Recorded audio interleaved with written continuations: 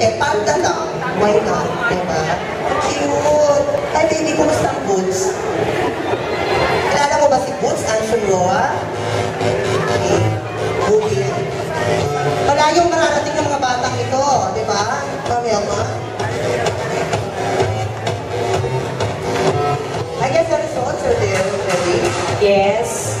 And I just want to call on our beautiful judges to join us here for the awarding.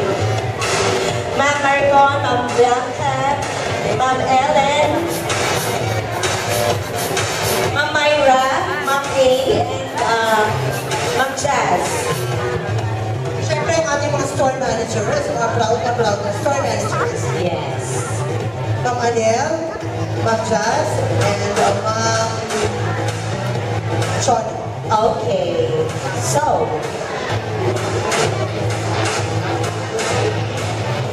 tatawagin na lang po natin is yung champion, yung second and yung third. Okay. So, we'll start off with our third prize winner. Naka-order ba sila? Wait lang, sir. Who's contestant number 1? 1, 2, ay, Barney, dito ka. Yeah, para naka-order tayo. 2, 3, 4, okay. So, our third runner-up, sounds please, to be awarded by Ma'am Blanca Ebreo, garnering an average score of 88.66%. Our third runner-up is contestant number 3. Ayan. Sarina Katuli of Sarina Store from City Market. Congratulations naman ang baby. Okay. Our second runner-up, garnering an average score of 89.66%. Oh, too close. Our second runner-up is contestant number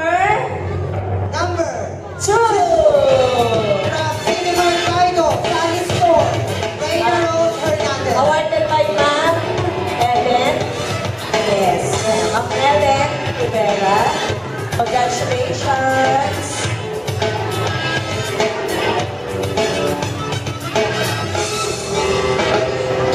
And of course, the champion of this year's Cinemart Singing Idol,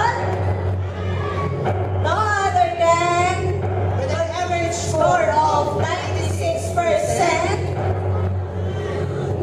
Our 2012 Cinemart Singing Idol champion is contestant number 5, Dorothy Pindasan. Congratulations. from Sonic Store, representing City Market Shop Mall. Okay. Congratulations. Once again, thank you din sa ating contestant for joining. I hope Thank you po sa ating mga judges. sa ating mga judges, thank you so much. And huwag po kayong aalis dahil kami po ay mag-draw later on para po sa ating prize, ating major prize. Okay. So again, sa may mga hawak po ng